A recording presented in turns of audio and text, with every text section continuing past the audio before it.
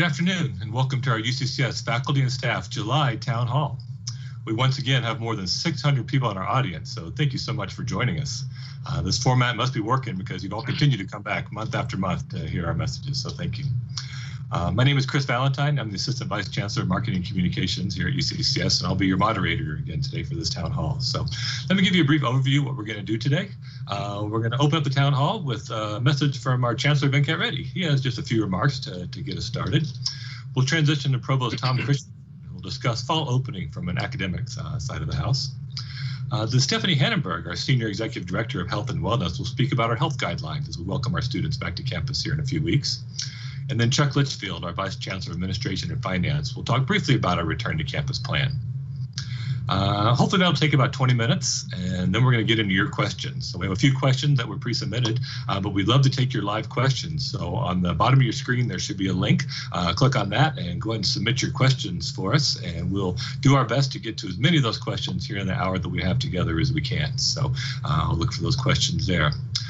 As always, we ask for your patience with the technology. We'll do our best if we go offline to get back as quick as possible. So appreciate your patience in advance if we have any challenges. So with that, I'm going to turn this over to Chancellor Reddy. Chancellor. Thank you, Chris. Good afternoon. Welcome to our 4th virtual town hall. Thank you for taking the time to join us today. We're now just about a month away from our return to on-campus teaching and learning. I know we've all been looking forward to it, but it's critical that we prioritize the health and safety of our campus community as we start our return to campus plan. You will hear from a number of campus leaders today as we share with you the plans for fall opening of our campus, remote working, and how we are staying focused on our strategic plan initiatives, such as the incentive-based budget model. Even as we work on tackling our short-term challenges, we're not losing sight of our long-term goals. The future may look a little different than we once thought it would be. In many ways, I believe the changes we are making are good ones. Many of us are continuing to work remotely and are more productive than we believed we could be. Even though we are remote, we are paying close attention to the changing state and local health guidelines. And we have successfully begun phase 1 of our campus reopening plan, which brought essential and critical services back to campus. Next week, we'll move into phase 2, which will bring back more campus and academic services. We put health and safety measures in place to protect those who will start spending more time on our campus. We also have good news on many fronts. First, I want to thank the Board of Regents for their support on our return to campus efforts and for meeting more frequently to guide us through these difficult times. I want to thank President Kennedy, fellow chancellors, and vice presidents. We meet every week to ensure that we are staying focused and collaborating on areas that have great impact on all our campuses, such as fall opening, budget challenges, diversity, and online efforts. One of the key questions among many on everyone's mind is, how are we doing on enrollments? We were planning for a 15% drop this fall, and I'm pleased to report that we are down just about around 9% from last year's enrollment at this time. Considering that a few weeks ago, we were down more than 22%, this is a phenomenal achievement. I want to express my sincere gratitude to the Strategic Enrollment Task Force members and everyone who has been part of these efforts. We welcome 2 new deans to UCCS this month. Dean Karen Markell has started with the College of Business, and Dean Len Whittler has started with the College of Letters, Arts, and Sciences. They both hit the ground running virtually, communicating with prospective students, faculty, staff, and alumni, making connections in the community, and setting their priorities for the upcoming academic year. Please join me in welcoming them to the mighty Mountain Lion family. As you are aware, Provost Tom Christensen has announced that he'll step down and return to faculty at the end of the 2021 academic year. Tom and I served as deans together for several years and share great chemistry in our current roles as well. I sure will miss him. We're launching a national search to find his replacement. Professor Marianne Cutter of Letters, Arts, and Sciences and Dean Don Rayburn of Engineering will co-chair the search. We have requested nominations for members of the search committee to be submitted by the end of this month. Once we receive these nominations, our goal is to formulate a diverse and representative search committee. The names of all the members will be shared with the campus once they are selected. And finally, I'm listening closely and working with our diversity office, faculty, staff, and students of color to come up with clear goals that have defined outcomes for the improvement of diversity, equity, and inclusion on our campus. We have good news on other fronts as well. We are finally gearing up for the grand opening of the Hibble Center. Due to the public health guidelines, it'll be a limited opening. But I'm excited to share that Centura Health opened its doors to see clinical patients 2 weeks ago, and the academic side of the facility will be open for classes by the start of the academic year. I hope you get to see the building soon and take pride in the state-of-the-art facilities we have created together. Our efforts to promote health and wellness in the community are paying off as well. The new National Institute for Human Resilience, led by Dr. Chip Benaid, in a very short time has trained more than 500 individuals from 26 states to be resilience support coaches for their communities. And UCCS is now a founding member of the Space Information Sharing and Analysis Center, called ISAC. We're joining organizations such as the Lockheed Martin, Booz Allen Hamilton, and Northrop Grumman in facilitating collaboration across the global space industry. Finally, the College of Business recently received a $3.35 million grant from the United States National Security Agency to educate, train, and develop faculty in cybersecurity on a national level. All of these accomplishments should remind us that even a pandemic cannot stop us from focusing on making a difference in the communities we serve and setting our students up for success. I cannot thank you enough for the work you continue to do despite challenging circumstances. I want you to know that your individual efforts make a real difference. Each day that you go to work, whether it's on campus or remote, you're getting us closer and closer to a successful fall semester opening, and hopefully a more normal spring 2021 semester. So please continue to protect the pride. I'm personally practicing the 3 W's. I wear my mask, I wash my hands, and I watch my distance, because I care about the health and safety of our faculty, staff, students, alumni, and our community. Thank you for all you do. Now, Provost Tom Christensen will share some updates how the academic side of the fall semester is doing. Thank you, Chancellor. While my colleagues on this town hall will have additional information that will be important for the academic mission this fall, I'll focus on 3 very familiar topics: teaching, research, and service. These are the 3 fundamental aspects of the academic mission, and even during a pandemic, we need to keep focused on them.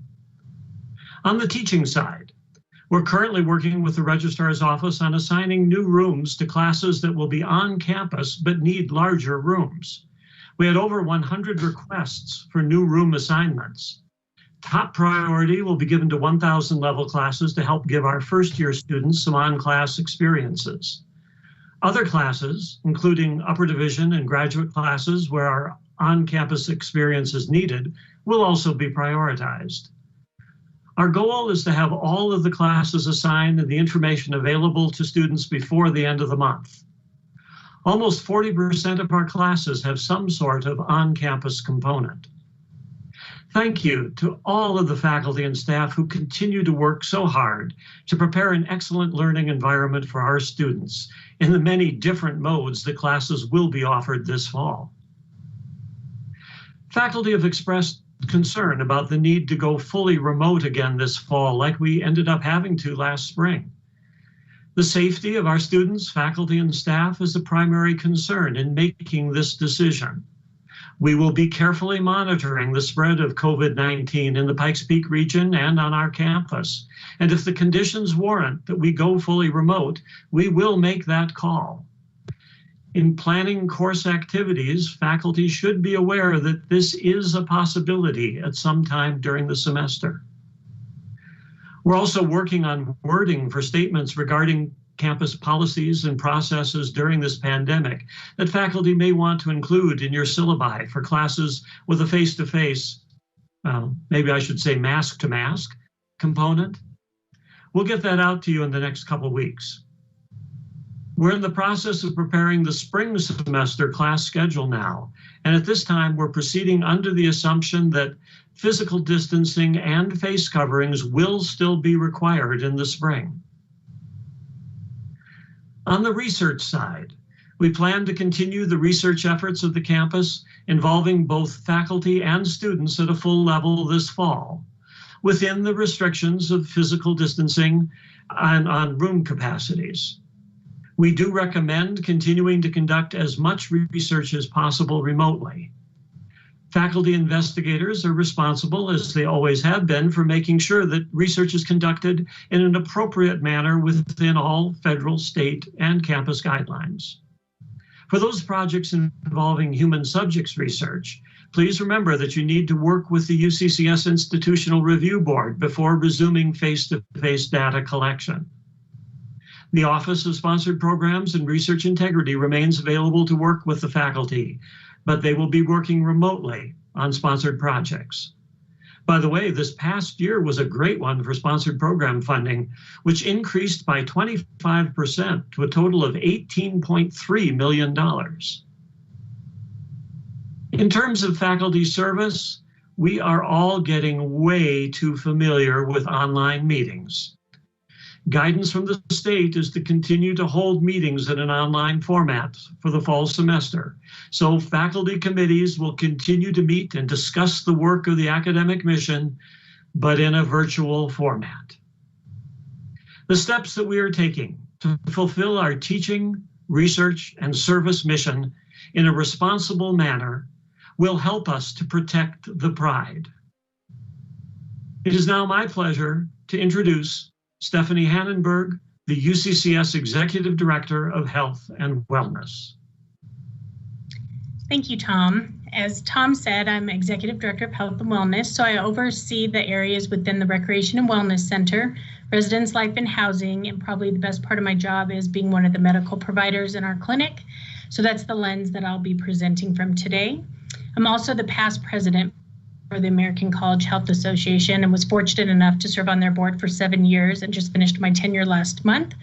And the nice thing with that is I was able to go to the Centers for Disease Control, or the CDC, twice. I was able to go to their Emergency Operations Center and see how a pandemic is managed from a national lens. I was also blessed to be on a phone call with them when this all first started to provide some feedback from the college health lens for them, as well as receive guidance that they had at that moment to help us get prepared for all of this. Given all of that, myself and Billy Joe Baptiste, our Director of Health Services, are constantly monitoring what's coming out of the CDC, as well as working closely with the Colorado Department of Public Health and Environment, our El Paso County Public Health, the Colorado Department of Higher Education, as well as guidance coming from Governor Polis and other agencies that we work closely with, and using that guidance to guide what we're doing on campus to keep all of our community members as safe as possible. A couple of weeks ago, about a month ago, El Paso County Public Health came onto campus and did a tour and were very instrumental in helping us get prepared for this fall. Some of the key things that they said that we need to focus on, though, is contact tracing and testing. So I'm going to elaborate on those a little further. For testing, I know a lot of people have asked why we aren't doing mass testing as some other campuses are. And the reason is that the Centers for Disease Control, or CDC, does not actually recommend doing that. There's no evidence to show that that is going to be an effective means to controlling anything. They can often give students a false hope that they're negative, and so they're less likely maybe to wear the face coverings we're going to ask them because they don't think that there's a risk of them spreading something. Insurance doesn't cover the testing, and right now we're experiencing high volumes of testing in the state, which has expanded wait times, and doing something like this is just not feasible with our lab partners in the community right now. We will be testing students, though, at the Wellness Center. Anybody who's symptomatic with COVID symptoms or direct contact to somebody who tests positive. And that criteria is being within 6 feet of somebody for 15 minutes or more. We also have so many community testing sites that we'll be using for the students, as well as recommending faculty and staff use those testing sites as well. And we also recommend faculty and staff work with their primary care providers on guidance around that. We know that once we get those results back, it's going to be important that we do contact tracing. It's really more important than ever now because testing is also taking a little bit longer. So it's going to be important that people are notifying others on their own. But contact tracing, we're working on a memorandum of understanding with El Paso County Public Health right now so that they will do contact tracing for all of our faculty, staff, and commuter students, as well as visitors to campus. And the Wellness Center will perform that function for all of our students living on campus. We know there'll be a lot of overlap, so we plan to work very closely with them. I talk to them almost daily right now, so it won't be anything new. The turnaround time for them to contact somebody once they get the positive result is less than 24 hours, which is good, so that way we can start managing cases very quickly. The important thing to note, though, is that somebody must contact the department back if they can't get in touch with them immediately. The longer it takes for them to reach the person who's tested positive, the longer it takes to reach all the other contacts. So being vigilant about making sure that we're getting that connection is going to be important for all of us. Part of this also entails self-isolation and quarantine. For our students that are living on campus, our plan is to ask them to return home for self-isolation and quarantine if they're able to do so. For those that are not, we will be reserving 25 plus rooms on campus for that function. And we will also be asking our food services to deliver food to them, as well as monitoring them daily from the Wellness Center to make sure that those students are safe. We are going to ask international students to come in and quarantine 14 days before classes start, but we are not asking anybody from other states to do so, as hotspots are changing frequently, and it's not good for our students' mental health. We believe that it's not a good idea to put them in the room for 14 days on their own with no other physical contact with others when they're homesick. So we're going to do our best to mitigate it when the students get on campus by monitoring, using our social distancing, and wearing our face coverings. If everybody wears their face coverings, it's going to minimize the number of people that have to do self-quarantine, as well as those people not getting within 6 feet of each other. As I mentioned, as long as people are farther than 6 feet and are having contact less than 15 minutes, we will not have the need for self-quarantine as much. So keep that in the back of your mind as you're having encounters with others on campus. I also want to briefly discuss the mental health effects. We know that it's really important for our students to have some type of a connection. We did see an increase in the demand for mental health services after COVID started. So we don't want our students to feel so isolated. So finding new and safe ways to engage with our students when they're on campus as well as virtually is going to be key to this. While this has been extremely hard on our faculty and staff, it's been extremely difficult on our students as well. Having to go through this, being isolated, often many of them lost their jobs as well. And so just being mindful of that, making sure we're using our care team with our Office of the Dean of Students, Wellness Center, Mental Health Services, and Public Safety to contact them if we have any concerns. But providing that extra support to our students is going to be more important than ever as we bring them back this fall. So in closing, I just want to say, I know this can be scary, but if we all do our part to protect the pride by not coming to work when we're ill, following isolation and quarantine protocols, wearing our face coverings on campus, I see people wear them around their chin. I will just tell you that's not effective. You have to cover your mouth and nose. Making sure we're cleaning our work areas and supporting facilities, supporting our students and each other, taking our self-assessments every day, and making sure we complete the SkillSoft training before we come back to campus. All of those efforts will help us minimize the effects on our campus community and help us start the fall semester in a great place. Thanks so much. And next, I will turn this over to Vice Chancellor for Administration and Finance, Chuck Litchfield. Thanks, Stephanie. You really are a national subject matter expert, and we are really thankful that you are leading our public health team. I want to pause for just about 10 seconds and see if we can get Doris to catch up, because I understand that she froze for a second.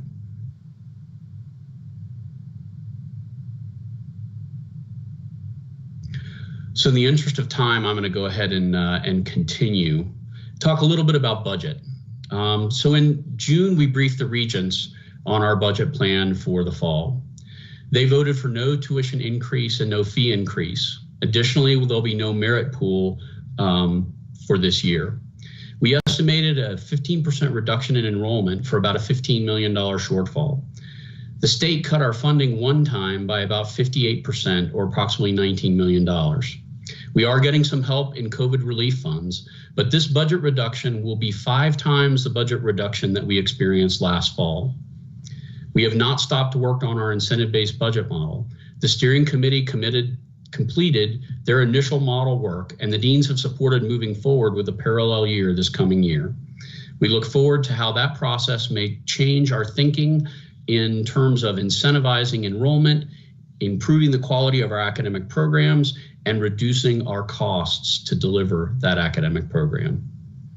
To continue the discussion on Returning Stronger Together plan, we will enter Phase 2 next week. Phase 2 will see units activate their work plans, allow employees expecting to work on campus an opportunity to test out their processes and procedures on campus with limited customer interaction so that we can make adjustments in preparation for students' return in mid-August. Units should have completed their return templates on July 10th. Those templates served as the basis for work orders for any facilities modifications needed and to help supervisors organize their work schedules for their employees. All the information I'll discuss today is based on information available on our website, return2.uccs.edu, which will be updated shortly with frequently asked questions and updated policies for Phase 2. Our facilities preparation is continuing apace, with many of our classrooms set up in accordance with public health guidance, and most of our customer service and public spaces set up with plexiglass and new social distancing signage and marketing. I believe that the slideshow you saw at the beginning of this showed some of those areas. Many units still need consumable supplies like hand sanitizer and wipes. We will communicate additional opportunities for ordering those supplies as we enter Phase 2.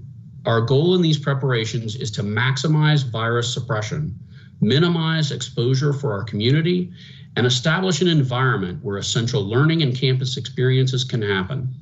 It won't be like we're used to, but it will be as safe as we can make it and still achieve our educational mission. Many of you have asked about enforcement of the public health guidelines, particularly mask wearing. In many ways, our governor's latest action validates and helps us carry out what we were already planning for: face coverings and social distancing in all public buildings. We are a community that comes together under a social contract that fundamentally recognizes a common educational purpose in which we each commit to do our part in protecting the entire community in exchange for being part of something bigger than ourselves. To that point, we ask everyone to commit to this pledge: protect the pride. We agree to respect the dignity, health, and safety of the entire community by following the guidelines described in the Returning Stronger Together plan. That includes wearing a face covering and observing the 6 foot social distance. Our enforcement of this covenant will be strict, and it will have teeth. The Student Code of Conduct is modified to include this pledge. Students will be held accountable through the conduct system. Employees will be held accountable through our personnel performance management system. While all of us are expected to comply, employees will receive direction on where they are expected to be responsible for ensuring the guidelines are followed. For example, instructors will receive protocols for their classrooms. Supervisors in customer service areas will likewise receive direction on their areas of responsibility. We will count on our floor liaisons to be responsible for common areas on their floors that are not frequently trafficked by the public. If everyone commits to protect the pride, these directions will not be necessary, but we want to be prepared. The enforcement policy will be published on Friday, and protocols, directions, and instructional scenarios will be provided to specific areas beginning next week. This enforcement will be based on a civil engagement between individuals, assuming good intent, not as a confrontational or judgmental process. Returning Stronger Together does not mean that everyone returns to their post on campus. In fact, to achieve our desired level of virus suppression and protect our pride, we must expect that many of our employees will continue to work remotely in the fall. There are really 3 types of work that need to happen this fall, and the nature of that work helps dictate how to think about remote work options. Essential services are services that must be performed on campus. These include building cleaning, maintenance, housing and dining, and public safety. These employees must be on campus and will need to be most vigilant in protecting themselves from the virus. Critical and customer-facing services require a campus presence, but may include some functions that can be supported remotely. Instruction in person, library services, bursar, financial aid, university center, auxiliary dining, recreation center, and athletics are examples. These employees will have their workspaces arranged to maximize their protection from the virus while allowing them to support their customers, and they may have some remote work opportunities. Back office functions can be supported predominantly by remote work arrangements. These include administrative functions like the controller in the budget office, some HR functions. And we will have a number of instructors that will be executing their instructional mission wholly remotely. We need these employees to be remote from campus to isolate them from the rest of the community and to reduce the population on campus to allow the rest of us to spread out. Unit directors are encouraged to follow work scheduling strategies like staggered schedules, shift teams, and remote work setups to achieve these objectives. We recognize there are employees and students who are high risk for the virus. The definition of high risk is spelled out by the CDC, and we will have prescribed procedures for identification and accommodation. There will also be employees who do not meet the high risk definition, but have personal reasons that cause them concern about returning to work on campus. These concerns are no less valid, and we will be handling them in accordance with the work categories as I described, and we will review them for accommodations. Those reviews will be at the supervisor level with the assistance of HR. We all have to do our part to protect the pride. I've also been asked on how we will determine whether it is necessary to close the campus or take all classes remote. There are many factors that we will consider, and their combination will dictate our response. In March, we acted to take the campus remote before the governor closed the state. We expect to be proactive in our response and conservative in the risks we take with our community. We cannot stop the virus. We can contribute to suppressing its spread, and we can continue to pursue our educational mission. Some factors that we will consider include any public health orders from the federal or state government, local conditions like hospital capacity in the springs or declarations of community spread, contact tracing that indicates a community spread on campus, the number and severity of cases locally and on campus. Protect the Pride is campus leadership's #1 responsibility as we return for fall. With that, I want to pass it back to Chris for any Q&A. Thank you. Thanks, Chuck.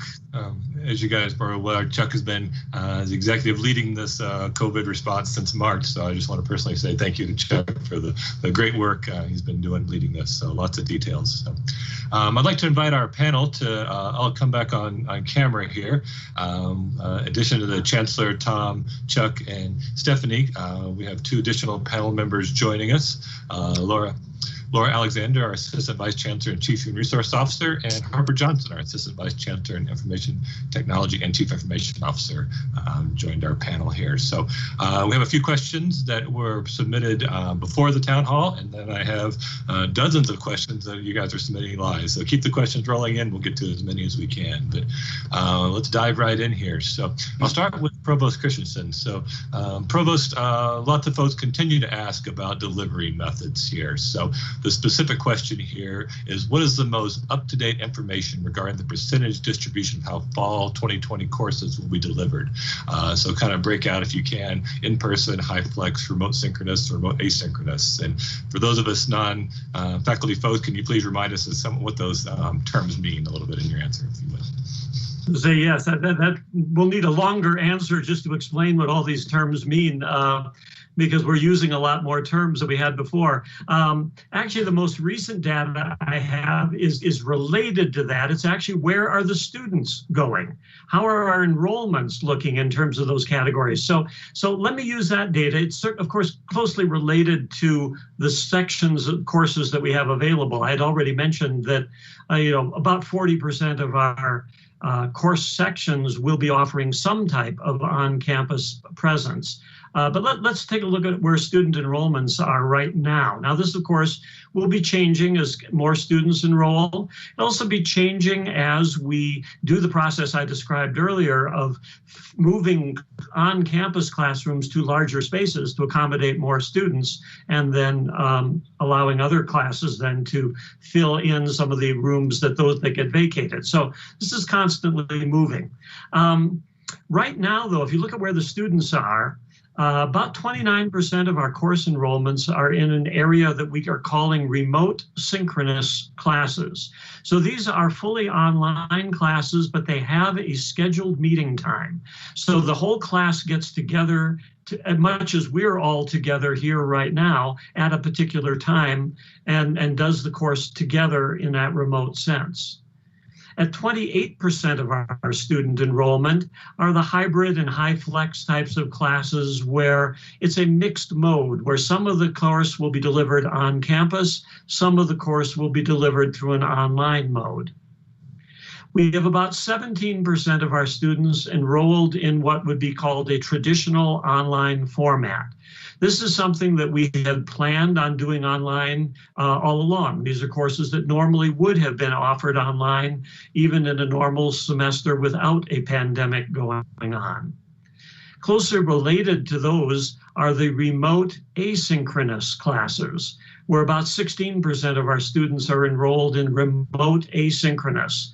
So the asynchronous classes are ones that are fully online, but the student can log in and do their work at whatever time works best for the student. The class does not fully meet at any one time. And then about 10% of our classes are on campus fully in-person experiences for our students. About 10% of our students are enrolled in those classes. Like I say, that number may go up a little bit as we now move some of those classes into larger rooms. So that's a summary of both the types of instruction that we're offering and where the students are lining up in those types of instruction. Thanks, Tom. That's super helpful for those of us who don't live in the classroom day to day, so I appreciate that. Next question is for Laura, an HR question. Lots of folks are asking about sick leaves, staff and faculty specifically, obviously. So the question is, for staff and faculty returning to campus, will they be required to use personal sick leave if they become sick and are required to isolate, or will there be a special COVID-19 administrative leave that helps them not to deplete their sick leave? Oh, Laura, please take your mic off, unmute there for us. Sorry, thanks, Chris. Yes, and this information is prominently placed on the HR website. The answer to the question, the short answer is no. If you come down with COVID or you have symptoms, there is a federal law called the Family First Coronavirus Response Act. And just reading from the summary of that act, the FFCRA provides emergency paid sick leave for up to 2 weeks for employees that are unable to work or telework because of a diagnosis, symptoms, healthcare provider or public official recommendation to quarantine or self-isolate in relation to COVID, for the care of someone under similar conditions, or to care for a child due to a school closure or the unavailability of childcare. So that up to 2 weeks of paid sick leave is available through the HR website. The processes are outlined there. The information is included there. And of course, you can email me or any member of my team if you have questions. Yesterday, in addition, HR sent out a flyer with similar helpful information. We thought it was timely for where we are right now as a workforce. It talks about three main areas in the flyer. Leave for COVID-19, which I just summarized, high-risk employee information, as well as helpful information for employees that may not be feeling well. So that flyer went out yesterday. Please take a look at it, and please let HR know if you have any questions. We're continually updating the content on the HR website, along with the FAQs. So a lot of your questions end up in the FAQ section of our website. So thanks for the question. Thanks, Laura. Carlos, I have a couple of questions on the auxiliary side for you. So the first one is, can you please give an update on the Family Development Center and the service they will be able to provide this fall? So I know a lot of folks have small kids and utilize that service. What can you tell us? Okay, thanks, Chris. I can tell you that we're scheduled to open the FDC on August the 10th. Our plan is to bring back the staff on Monday, August 3rd, to get classrooms ready and to train the staff on the new COVID-19 protocols. So unless there are any new executive orders or local health orders preventing us from doing so, we plan on providing childcare services for students, faculty and staff, and community members beginning August the 10th. The FDC administrative staff is going through a process right now of informing families of this so that they can prepare their, make plans for the fall semester. All right, so while you have your mic on, I'll ask you your second question here. So this was asked about an auxiliary. It may apply to more departments, but in a worst case scenario where a student or staff member that works in an auxiliary tests positive for COVID-19, how will we determine if that office will have to close? What are those criteria? Okay. Well, there are a lot of determining factors that go into deciding whether an office or a unit or any part of campus, for that matter, should close because of a COVID-19 positive case.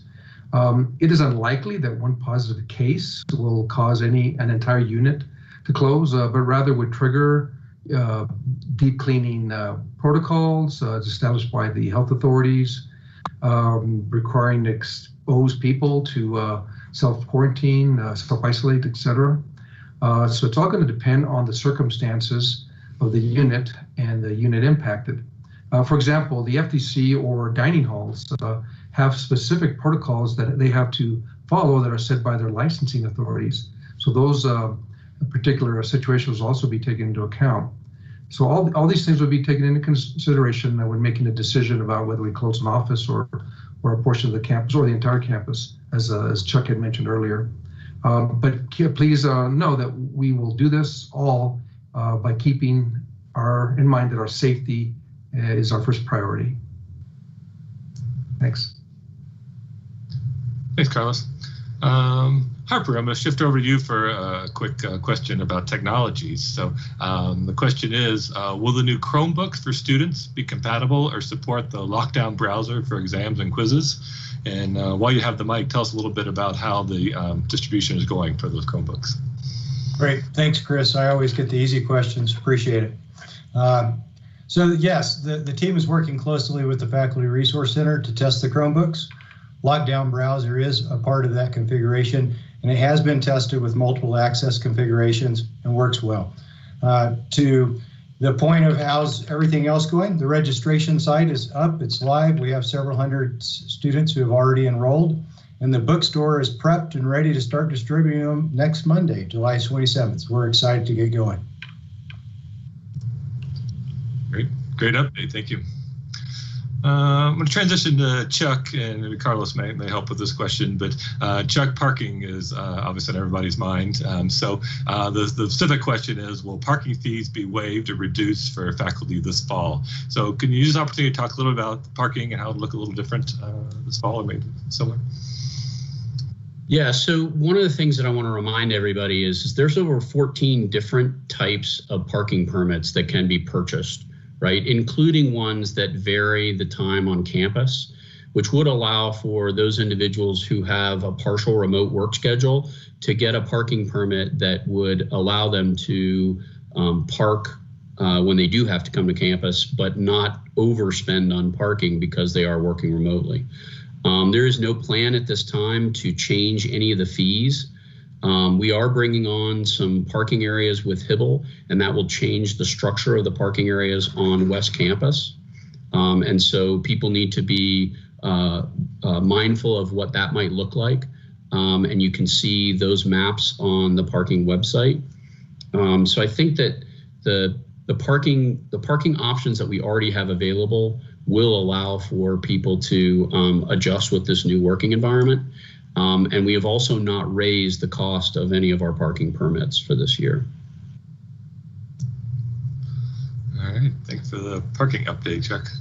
Transitioning now to the Chancellor, and maybe Provost Christensen may help with this question. So it says, due to the recent uptick in COVID cases across the country, would it not be more responsible for campus leadership to mandate remote learning for courses, at least where it's feasible, rather than leave that decision about meeting format to the individual faculty?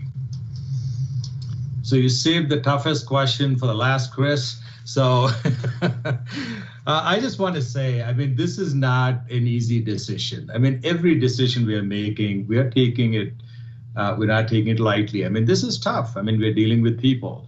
So, but we also have to consider the situation we are in.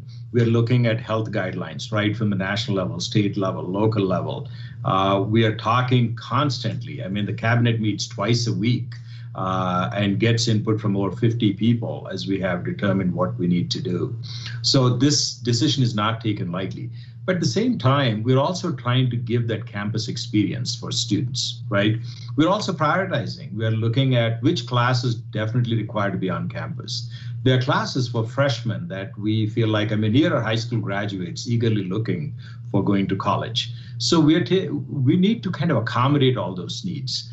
And we're going to keep watching. If things change, I mean, I do tell all the time, if there is a resurgence in September, October, we're ready to pivot to online. So our faculty are ready to do that. And this is going to be tough. I don't think there is any clear answers for a lot of things. But my philosophy in life is control what you can. What you cannot control, you plan for it, you prepare for it. And that's exactly what we're doing. I mean, we are committed. You heard everyone say, protect the pride. So let's kind of commit to protecting the pride, right? And it's not very difficult things to do. I'll keep repeating. I mean, wear a mask, wash your hands, watch your distance, because we care about each other, and be considerate towards each other and be compassionate. I mean, Chuck talked about strict enforcements. I think it's important. Why? Because we care about each other. So I really want people to start thinking, let's kind of do the best we can and provide that college experience as much as we can for so many students who are eagerly waiting for that. And for those faculty who are concerned, we'll work with them, what needs to be done and how we're going to manage those things. So this is done in very much a collaborative way with the faculty, the deans, the faculty, the staff, across the board with the cabinet members. So please know that we're working hard to give that experience. It's easy to take extreme decisions. All right. Oh, Chuck, did you want to say a comment? I do, just because, and I know that this really is about the chancellor and the provost working with our faculty on those decisions. But I just want to say, from the enrollment side, we have conducted numerous seminars and other engagements with parents and with students and returning students about, you know, what they're looking for, and they're concerned about their safety. But we hear in equal measure a strong desire for them to have as much of a campus experience as we can safely provide. And there's a real belief out there on the part of our students that something about being on campus and being able to directly interact or at least receive a myriad of interface opportunities with their instructors is what they value most about being at UCCS.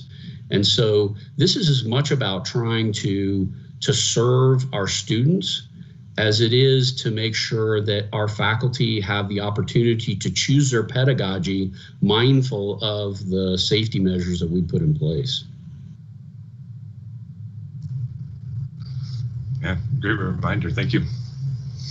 We're going to transition now to the live questions for the last 15 minutes of our show here. Thank you so much for everyone submitting questions. Keep them coming in. We'll get to as many as we can. But the first one is the chancellor or the provost. So I'll throw this out. Kind of a positive spin. This person looking for some advice on how we can work together. They're concerned about silos being built. So the question is, between efforts to adapt to COVID and our new budget model, how could collaborative efforts be encouraged and funded, especially across divisions or colleges? So looking for some thoughts on how we can collaborate in this new world that we're living in. Tom, you want to go first on that, and then I can add? Sure, be glad to. because collaboration is something that it's been a core part of what we have wanted and tried to do for quite some time, even outside of this environment. And yet it's something that seems like in higher education, we tend to build these silos and stick inside of them and not work well together. So one of the things we've been working on over really the last number of years has been ways to break down some of those silos, to get people to work together. It may be that the pandemic has exposed us to some new technologies. It's exposed us to some new ideas. We may be able to actually build on some of those to help bridge some of the gaps that exist and to work together. So I'm hoping it'll give us a way of thinking about some of this in maybe a little different way than we have thought about it in the past. But it is absolutely true that we need to be collaborating more and we need to find more ways to do that and to work together. So let me just add on to that. You hear about conversations about colleges getting along with each other or not in many campuses. I just want to give a huge kudos to our deans. 4 of them of the 6 of the college deans are new. But what Tom and I noticed right away is how much they've engaged so quickly, not just within the campus, in the community, talking to each other, how to collaborate. So I only see great things happen as we move forward. And I'll put out a call. I think this is the time to be more sensitive to each other's needs. We do help each other to say, take care of yourself. It doesn't have to be within the units. The less we think within the units and the more we think from a campus level, I think we're going to do great things. And this campus always has showed that we can work together, and especially in difficult times, we can come together. So I'm excited that I think we'll only do more of that. So it's a call to everyone saying, think from a campus level, then come down to your unit level and say, how do we make a difference together? You know, the incentive-based budget model was also mentioned there, and that has been one of the subjects that the deans have been very particular about as we've been discussing the new budget model, is the need to make sure that this budget model still facilitates good collaboration and does not set things up in a competitive manner. So it's something very much on the minds of everyone in academic affairs. Great, thank you guys for that insight. Chuck, I got a question for you. We've been talking a lot about personal protection, but this question is more about the facilities question. It's very specific, but it may open up a conversation about what we're doing for the buildings. So it says, will filters in the HVAC system be upgraded to higher quality MERV-14 filters? I'm sure you don't have specific on that specific filter, but talk about things we're doing in facilities and buildings that will help with the spread of COVID. Yeah, so I'm not going to talk about the series of the filter. But I will tell you that the logistics team, which is headed up by Kent Marsh, our Associate Vice Chancellor for Facilities, has had very detailed discussions about the air circulation systems in each of our buildings, which ones already have certain types of HEPA filter, and which ones have the ability to isolate circulation. And so we've been very mindful of that and how that contributes to the potential for virus suppression. I'll have to get back to you on the specific filter series. You got me on that one. But I do believe that the team has spent a lot of time making sure that where we can, we are taking advantage of being able to use air circulation to protect our population. Perfect, thanks. Question for Stephanie. Stephanie, in your remarks, you talked briefly about testing, but we have a specific question, so you may want to just kind of remind us again. So it was announced that Boulder, among many other schools, are planning on testing all students on campus this fall. The question is, are we planning on doing that? I think you mentioned no, but can you just explain again to us about testing all students before they arrive? Sure. So the CDC came out with guidance when this first started, and again 3 weeks ago, that says there is no recommendation to do mass testing. There's no evidence behind it that it prevents anything. It gives you a little window and a little snippet in time, but it doesn't provide you any guarantee for the next day or the day after or any other time. So that guidance has driven our decision. We're very evidence-based, and so we have made the decision to follow national guidance from the CDC. Our local health department, when we talk to them, also does not recommend mass testing, neither does the state health department. Not to say that Boulder shouldn't do it, that's their decision, but we have made the decision not to and to follow that national guidance. But we will be monitoring, and anytime we have somebody that is symptomatic, like I said, or we have any contacts, we will be testing them as quickly as possible. And we're working on lots of testing options so that we can make sure that we can manage it in a very timely manner and work on our contact tracing to get things under control as quick as possible. Chris, if I could add to a little bit of that, please know that we're all working together with the president and the fellow chancellors.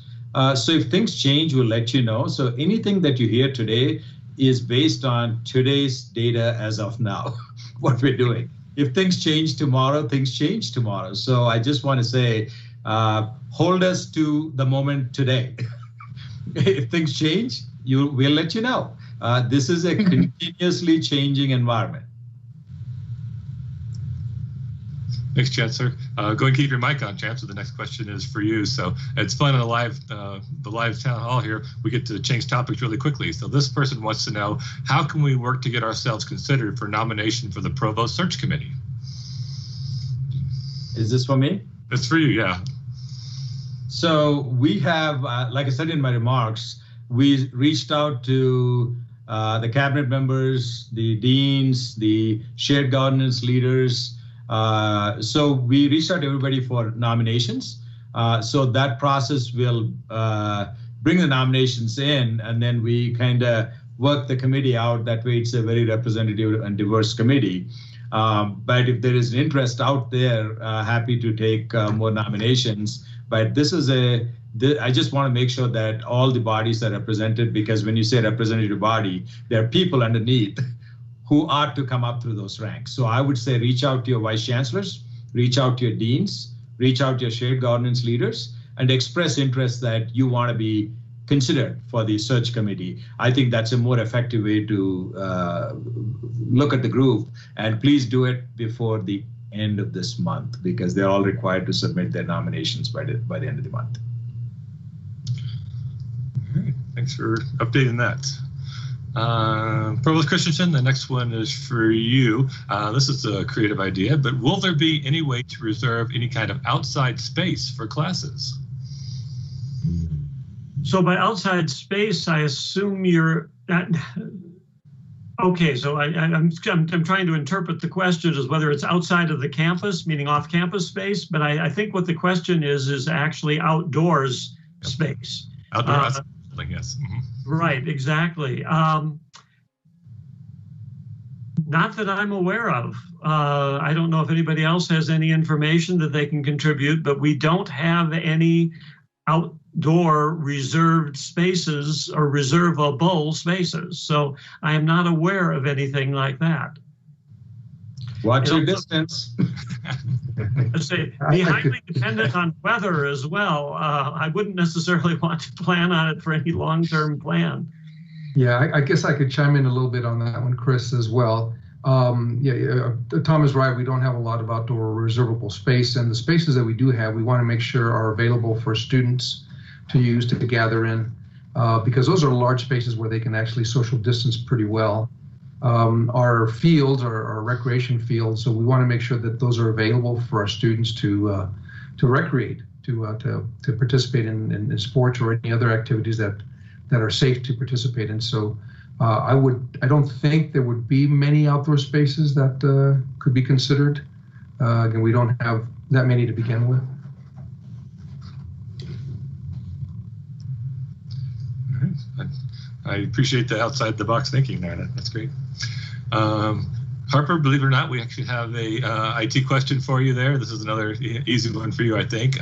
Are computer labs and printers going to be open for student use this fall? Yes. So computer labs will be open. They'll be at a reduced capacity.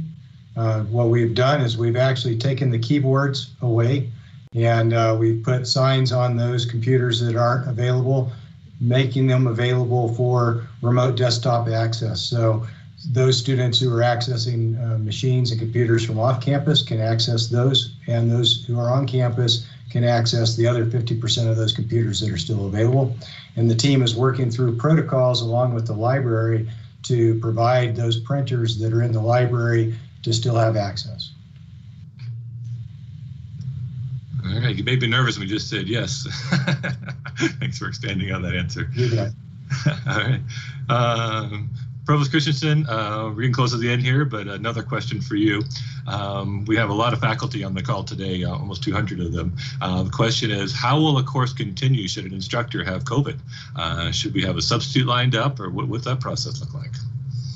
So largely, that's the same type of issue that we have even today if an instructor is ill or something happens like that, where usually it's worked out within the department that someone will help to cover the course. Certainly not a bad idea to perhaps have talked to someone ahead of time as to whether they might be able to fill in for you. But it's not a new issue for us. Faculty have certainly had issues that have taken them out of the classroom for many years. I know much shorter term, I've had cases where I was ill and had to rely on one of my colleagues to fill in and cover a class for me. So the difference here would be that the time can be longer. And so you may be looking at a 2-week or more coverage of a class, which is more challenging, but it'll still be worked out at the departmental level.